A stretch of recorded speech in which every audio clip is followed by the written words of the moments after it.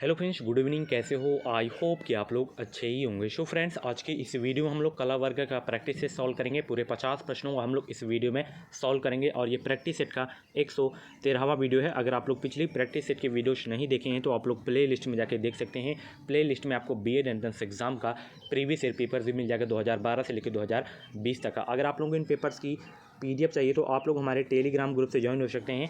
Telegram group का जो नाम है वो है एजुकेशन विद साहिल। इस वीडियो के डिस्क्रिप्शन बॉक्स में मैं टेलीग्राम ग्रुप की लिंक दे दिया हूँ, तो आप लोग लिंक के माध्यम से हमारे टेलीग्राम ग्रुप से ज्वाइन हो सकते हैं। वहाँ से आप लोग हर एक पेपर की पीडीएफ डाउनलोड कर सकते हैं। फ्रेंड्स, अगर आपके मन में बीएड से रिलेटेड कुछ डाउट है तो आप लोग कमेंट बॉक्स में अपनी क्वेरी कर सकते हैं। उसमें अगर आपको सही से रिप्लाई नहीं मिला है तो आप लोग हमारे व्हाट्सएप नंबर पर भी इंफॉर्मेशन ले सकते हैं। व्हाट्सएप नंबर है हमारा 7905632533 पे आप लोग कांटेक्ट कर सकते हैं। ठीक है, तो चलिए स्टार्ट करते हैं। पेन कॉपी लेके रेडी हो जाइए। आज के 50 प्रश्न में से 30 ऐसे प्रश्न हैं जो बार बार एग्जाम में पूछे जाते रहते हैं। तो ध्यान से आप लोग पूरा वीडियो देखिएगा और बाद में आप लोग पीडीएफ इसकी डाउनलोड कीजिएगा। पहला प्रश्न ये है, विश्व व्यापार संगठन जिसे वर्ल्ड ट्रेड ऑर्गेनाइजेशन WTO बोलते हैं, तो इसकी स्थापना कब हुई थी ये आपको बताना है।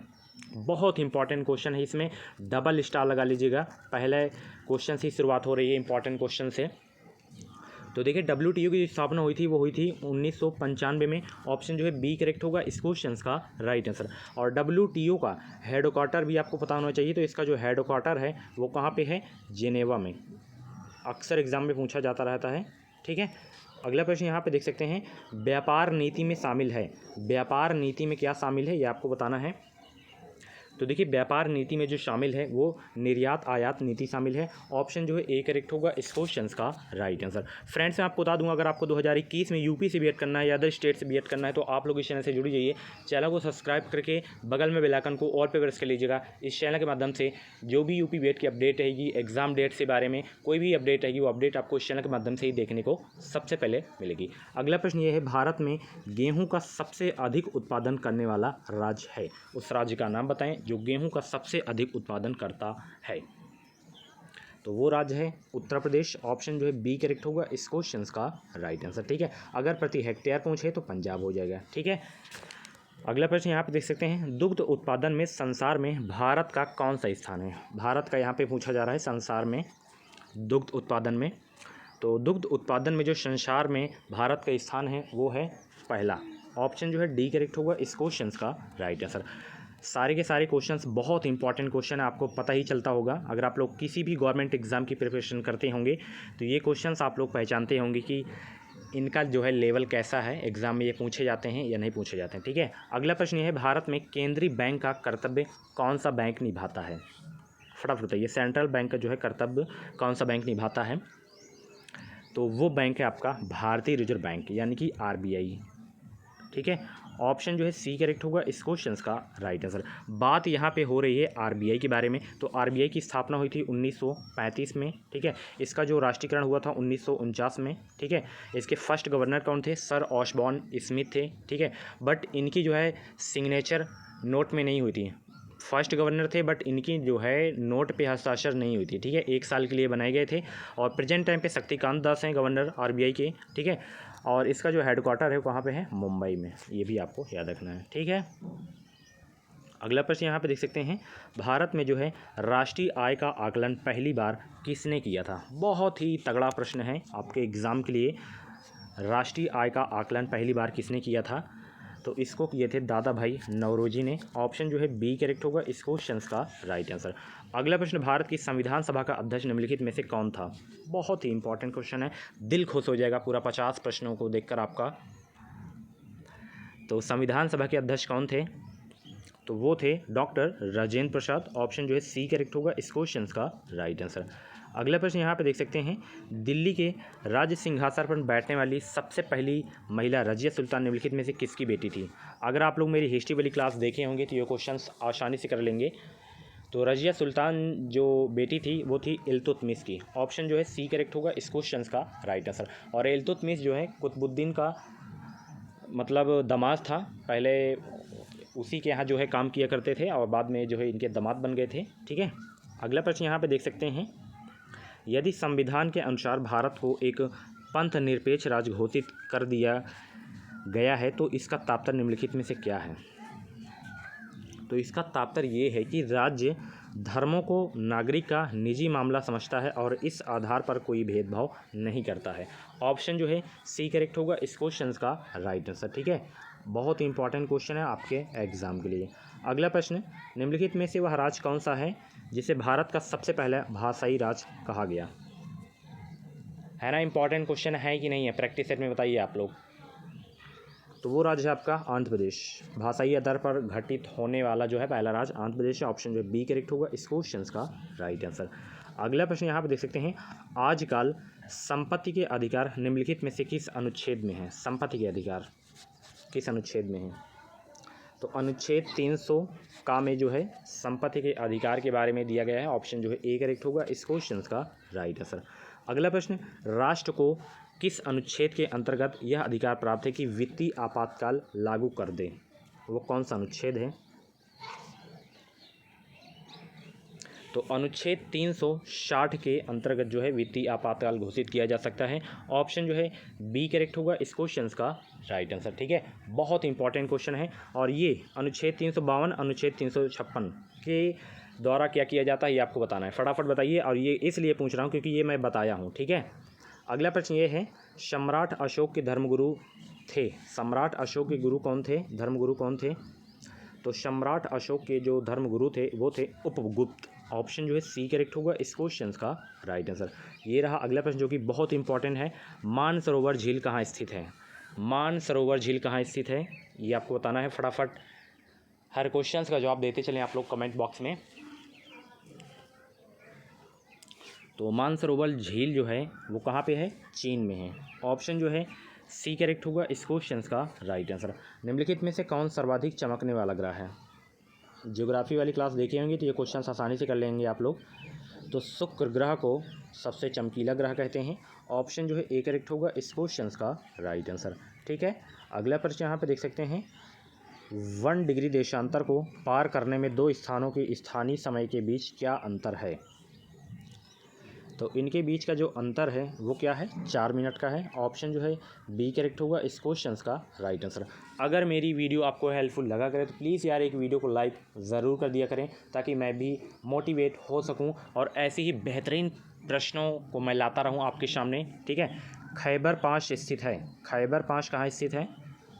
तो खैबर पास स्थित है पाकिस्तान में। ऑप्शन जो है डी करेक्ट होगा इस क्वेश्चन का राइट आंसर। भारत के पारादीप एवं कांडला पत्तन निम्न तट पर स्थित हैं। कहाँ पर स्थित है आपको बताना है। तो ये स्थित है क्रमशः पूर्वी और पश्चिमी तट पर। ऑप्शन जो है सी करेक्ट होगा इस क्वेश्चन का राइट आंसर। ठीक है, अगला प्रश्न, निम्न में से किस वस्तु पर भारत सबसे अधिक विदेशी मुद्रा व्यय करता है? बहुत इंपॉर्टेंट क्वेश्चन है, स्टार लगा के इंपॉर्टेंट लिख लीजिएगा। तो पेट्रोलियम पदार्थ पर जो है भारत सबसे अधिक विदेशी मुद्रा व्यय करता है। ऑप्शन बी करेक्ट होगा इस क्वेश्चन का राइट आंसर। ठीक है, बहुत इंपॉर्टेंट क्वेश्चन है। ठीक है, अगला प्रश्न यहाँ पे देख सकते हैं, निम्न में से कौन सा युग्म सही सुमेलित है? कौन सा युग्म सही सुमेलित है आपको बताना है। कौन कहाँ है नहीं है ये आपको बताना है।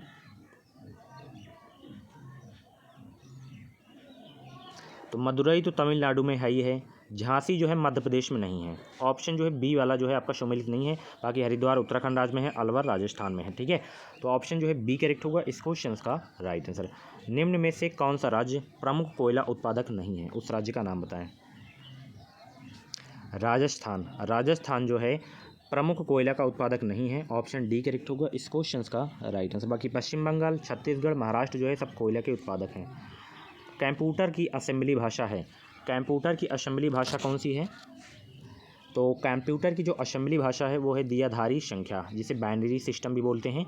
ऑप्शन जो है बी करेक्ट होगा इस क्वेश्चन का राइट आंसर। अगला प्रश्न, उत्तर प्रदेश के निम्नलिखित जिलों में से किसका क्षेत्रफल सर्वाधिक है? तो लखीमपुर खीरी का जो है सर्वाधिक क्षेत्रफल है। ऑप्शन ए करेक्ट होगा इस क्वेश्चन का राइट आंसर। यूपी जीके के भी क्वेश्चंस आएंगे, कम से कम 5 क्वेश्चंस। ठीक है, और यूपी जीके का भी क्वेश्चंस मैं करवाऊंगा, कम से कम 200 क्वेश्चंस करवा दूंगा, तो उससे ही सारा का सारा क्वेश्चंस कवर हो जाएगा। ठीक है, अगला प्रश्न यहाँ पे देख सकते हैं, गोस्वामी तुलसीदास का जन्म स्थान किस जिले में है? गोस्वामी तुलसीदास का यहाँ पे पूछा जा रहा है। तो इनका जन्म स्थान है बांदा। ऑप्शन ए करेक्ट होगा इस क्वेश्चन का राइट आंसर। उत्तर प्रदेश का क्षेत्रफल देश के संपूर्ण क्षेत्रफल का कितना प्रतिशत है? तो ये कितना परसेंट है? 7.3%। ऑप्शन जो है बी करेक्ट होगा इस क्वेश्चन का राइट आंसर। निम्न में से कौन सा शहर गोमती नदी के किनारे अवस्थित नहीं है? लखनऊ तो है ही है, सुल्तानपुर भी है, जौनपुर है या नहीं है, गोरखपुर है या नहीं, आपको बताना है। इन दोनों में से आप लोग बताइए, ये दोनों तो हैं। तो जौनपुर भी है गोमती नदी किनारे, गोरखपुर जो है आपका गोमती नदी किनारे नहीं है। ऑप्शन जो है डी करेक्ट होगा इस क्वेश्चन का राइट आंसर। उत्तर प्रदेश का राजकीय पक्षी कौन है? उत्तर प्रदेश का राजकीय पक्षी कौन है, ये आपको बताना है। तो उत्तर प्रदेश का राजकीय पक्षी जो है वो है सारस, वक्रोच भी बोलते हैं। तो ऑप्शन जो है सी करेक्ट होगा इस क्वेश्चन का राइट आंसर। और उत्तर प्रदेश का अगर राजकीय पशु पूछ लिया जाए तो बारहसिंगा होगा, ठीक है। राजकीय पुष्प पूछ लिया जाए तो आपका पलाश हो जाएगा, ये भी आपको याद रखना है, ठीक है। अगला प्रश्न, चंद्रमा की सतह पर कदम रखने वाला प्रथम व्यक्ति कौन था? चंद्रमा की सतह पर कदम रखने वाला प्रथम व्यक्ति कौन था? तो नील आर्मस्ट्रांग जो हैं सबसे पहले चंद्रमा पर कदम रखे थे, बायां पैर अपना रखे थे। ऑप्शन जो है सी करेक्ट होगा इस क्वेश्चन का राइट आंसर। और यहाँ पे जो यूरी गॉगरिन है ये सबसे पहले अंतरिक्ष पे गए थे, ठीक है। अगला प्रश्न यहाँ पे देख सकते हैं, इंडियन सोसाइटी की स्थापना 1872 में किसने की थी? इंडियन सोसाइटी की स्थापना किसने की थी 1872 में? तो आनंद मोहन बोस के द्वारा जो है 1872 में इंडियन सोसाइटी की स्थापना की गई थी। ऑप्शन जो है ए करेक्ट होगा इस क्वेश्चन का राइट आंसर। निम्नोक्त में कौन मूर्तिकला के क्षेत्र में सुविख्यात है?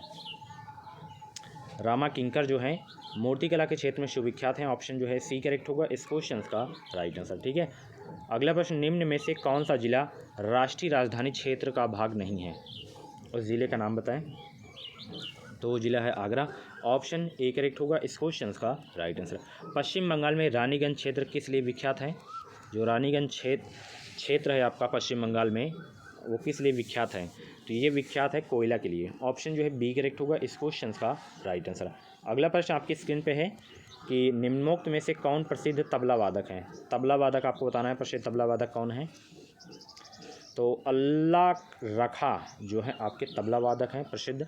ऑप्शन ए करेक्ट होगा इस क्वेश्चन का राइट आंसर। अगला प्रश्न जो कि बहुत इंपॉर्टेंट क्वेश्चन है, लिंगराज मंदिर कहाँ स्थित है? लिंगराज मंदिर आपको बताना है। तो लिंगराज मंदिर जो है भुवनेश्वर में है। ऑप्शन जो है सी करेक्ट होगा इस क्वेश्चन का राइट आंसर। अगला प्रश्न, किस राज्य में प्रस्तावित चमेर द्वितीय जल विद्युत परियोजना का निर्माण किया जाना है? कहाँ पे किया जाना है? तो इसका जो है निर्माण किया जाना है हिमाचल प्रदेश में। ऑप्शन सी करेक्ट होगा इस क्वेश्चन का राइट आंसर। बिहार की कैपिटल है पटना, अरुणाचल प्रदेश की ईटानगर, हिमाचल प्रदेश की शिमला, तमिलनाडु की चेन्नई, ठीक है। अगला प्रश्न, अंतर्राष्ट्रीय फौजदारी अदालत की स्थापना कहाँ पर होगी? फटाफट बताइए, अंतर्राष्ट्रीय फौजदारी अदालत की स्थापना कहाँ पर होगी? फटाफट हर क्वेश्चन का जवाब देते चलें। और लास्ट में आप लोग 50 में से जितना भी आपका जो है स्कोर जाए, आप लोग कमेंट बॉक्स से अपना नाम स्कोर जरूर से जरूर बताया करें। अंतर्राष्ट्रीय फौजदारी अदालत की स्थापना कहाँ पर होगी? तो ये होगी दी हेग में। ऑप्शन जो है डी करेक्ट होगा इस क्वेश्चन का राइट आंसर, ठीक है। अगला प्रश्न, भारत में सेनाओं के सर्वोच्च सेनापति से कौन संदर्भित होता है? तो राष्ट्रपति जो है संदर्भित होते हैं। ऑप्शन सी करेक्ट होगा इस क्वेश्चन का राइट आंसर। काफ़ी इंपॉर्टेंट क्वेश्चन है आपके एग्जाम के लिए। पूर्व से पश्चिम की ओर परिक्रमण करने वाला ग्रह का नाम है? पूर्व से पश्चिम की ओर परिक्रमण करने वाला ग्रह का नाम कौन सा है? अगर आपने मेरी जियोग्राफी वाली क्लास देखी होंगी तो ये क्वेश्चंस कर लेंगे। यानी कि मैं नोट्स वाली क्लास में जितने भी क्वेश्चंस करवाया हूँ, अगर जियोग्राफी से हिस्ट्री से क्वेश्चंस आता है तो एक भी क्वेश्चंस मेरे नोट से बाहर नहीं जाता है। अगर आप लोग नोट्स वाली क्लास नहीं देखें तो जाके देखिए, नोट्स बना लीजिए, बहुत ही हेल्पफुल होंगे उसमें जितने भी क्वेश्चंस मैं करवाया हूँ। तो पूर्व से पश्चिम की ओर परिक्रमण करने वाले जो ग्रह हैं आपके, वो हैं यूरेनस। ऑप्शन जो है बी करेक्ट होगा इस क्वेश्चन का राइट आंसर। निम्नलिखित खनिजों में से कौन सा शुद्ध रूप में पाया जाता है? तो तांबा जो है शुद्ध रूप में पाया जाता है। ऑप्शन बी करेक्ट होगा इस क्वेश्चन का राइट आंसर। सागर तट की ओर जाने वाली तरंग को क्या कहते हैं? सागर तट की ओर जाने वाली तरंग को क्या कहते हैं? तो उसे कहते हैं भूकंपी सिंधु, जिसे सुनामी बोलते हैं। ऑप्शन बी करेक्ट होगा इस क्वेश्चन का राइट आंसर। अगला प्रश्न, एस्किमो कहाँ रहते हैं? एस्किमो जो है कहाँ रहते हैं? ये भी जियोग्राफी वाली क्लास से प्रश्न है। एस्किमो जो रहते हैं वो रहते हैं कनाडा तथा अलास्का में। ऑप्शन डी करेक्ट होगा इस क्वेश्चन का राइट आंसर। अगर अभी तक आप लोग इस चैनल से नहीं जुड़े हैं तो चैनल को सब्सक्राइब करके बगल में बेल आइकन को ऑल पे प्रेस कर लीजिएगा। इस चैनल के माध्यम से आपको 100% मदद ही मिलेगी, ठीक है। अगला प्रश्न, फर्रुखाबाद जनपद के पूर्व में निम्नोक्त में से कौन सा जनपद स्थित है? तो वो जनपद है हरदोई। ऑप्शन जो है ए करेक्ट होगा इस क्वेश्चन का राइट आंसर। सिनेमा का आविष्कार किसने किया था? सिनेमा का आविष्कार किसने किया था? तो सिनेमा का जो आविष्कार किया गया था वो किया गया था निकोलस और जीन लूमियो के द्वारा। ऑप्शन जो है बी करेक्ट होगा इस क्वेश्चन का राइट आंसर। अगला प्रश्न, भारत में चालू उपभोग के स्तर में वृद्धि के कारण एक कौन सा भावी परिणाम होने वाला है? तो जो परिणाम होने वाला है वो है भविष्य में अधिक पूंजी संचय। ऑप्शन जो है डी करेक्ट होगा इस क्वेश्चन का राइट आंसर। भारत के प्रत्येक चिन्ह की बेस प्लेट के नीचे अंकित शब्द सत्यमेव जयते कहाँ से लिए गए हैं? बताइए, मेरी नोट्स वाली क्लास से क्वेश्चंस मिल रहे हैं कि नहीं मिल रहे हैं? तो ये लिए गए हैं मुंडक उपनिषद से। ऑप्शन जो है बी करेक्ट होगा इस क्वेश्चन का राइट आंसर। और ये वाले प्रश्न को हल्के में मत लीजिए, अक्सर एग्जाम में ये प्रश्न रिपीट होता रहता है, तो याद कर लीजिए, बिल्कुल घोल के पी जाइए आप लोग। पेपर की खोपड़ी में आपको छेद करना है, ठीक है। सुल्ल पेरियार बांध का झगड़ा किन राज्यों से संबंधित है? तो इसका संबंध है तमिलनाडु केरल से के बीच। ऑप्शन बी करेक्ट होगा इस क्वेश्चन का राइट आंसर। कोजना ट्रिक्स विद्युत परियोजना किस राज्य में स्थित है? तो ये है कर्नाटक राज्य में। ऑप्शन जो है ए करेक्ट होगा इस क्वेश्चन का राइट आंसर। बात यहाँ पे कर्नाटक की हो रही तो कर्नाटक की कैपिटल भी आपको पता होनी चाहिए। कर्नाटक की कैपिटल है बेंगलुरु, केरल की तिरुवनंतपुरम, गुजरात की गांधीनगर, मध्य प्रदेश की भोपाल, ठीक है। कैपिटल से एक प्रश्न टपक जाता है तो ये फ्री के नंबर आपको नहीं छोड़ना है, ठीक है। ये छोटे छोटे बच्चों वाले प्रश्न आपसे गलत नहीं होने चाहिए एग्जाम में, ठीक है। अगला प्रश्न यहाँ पे देख सकते हैं कि सौरमंडल का सबसे बड़ा ग्रह कौन सा है? ये देखिए 2 नंबर फ्री का है, सोचने का भी समय आपको नहीं चाहिए इसमें। सौरमंडल का जो सबसे बड़ा ग्रह है वो है कौन है? बृहस्पति। ऑप्शन ए करेक्ट होगा इस क्वेश्चन का राइट आंसर। पूर्वी तिमोर की राजधानी है, पूर्वी तिमोर की जो राजधानी है वो है दिल्ली। ऑप्शन जो है डी करेक्ट होगा इस क्वेश्चन का राइट आंसर। अगला प्रश्न जो कि इस वीडियो का लास्ट प्रश्न है कि पृथ्वी पर व्यवहार्य जल का मुख्य स्रोत क्या है? तो भूमिगत जल जो है मुख्य स्रोत है, पृथ्वी पर व्यवहार जल का मुख्य स्रोत है भूमिगत जल। ऑप्शन जो है सी करेक्ट होगा इस क्वेश्चन का राइट आंसर। तो फ्रेंड्स, ये थे कला वर्ग के टॉप 50 क्वेश्चंस और नीचे मैं इसकी आंसर की भी लगा दिया हूँ, तो आप लोग देख सकते हैं इसकी आंसर की PDF टेलीग्राम से प्राप्त कर लीजिएगा। वहाँ पे आपको प्रीवियस ईयर के पेपर्स भी मिल जाएगा, ठीक है। सबसे ऊपर आपको प्रीवियस ईयर का पेपर्स मिलेगा। ऐसे ही आप लोग डेली प्रैक्टिस करते रहें मेरे साथ, बहुत ही अच्छा खासा आप लोग स्कोर करके आएंगे। बस आपको जुड़े रहना है, बीच में आपको गैप नहीं करना है, तैयारी नहीं रोकनी है, क्योंकि इतने दिन से आप लोग तैयारी करते चले आ रहे हैं और अभी तो एग्ज़ाम डेट आई नहीं, तो बीच में कुछ लोग ढीले हो गए हैं, तो उनको शायद जो है फ्री सीट नहीं लेना है। अगर जो लोग अभी कंटिन्यू प्रिपरेशन कर रहे हैं तो उनको ही फ्री सीट लेना है, ठीक है। तो मिलते हैं अगली वीडियो पे। इस वीडियो को हो सके तो लाइक और शेयर करना मत भूलिएगा। Thank you.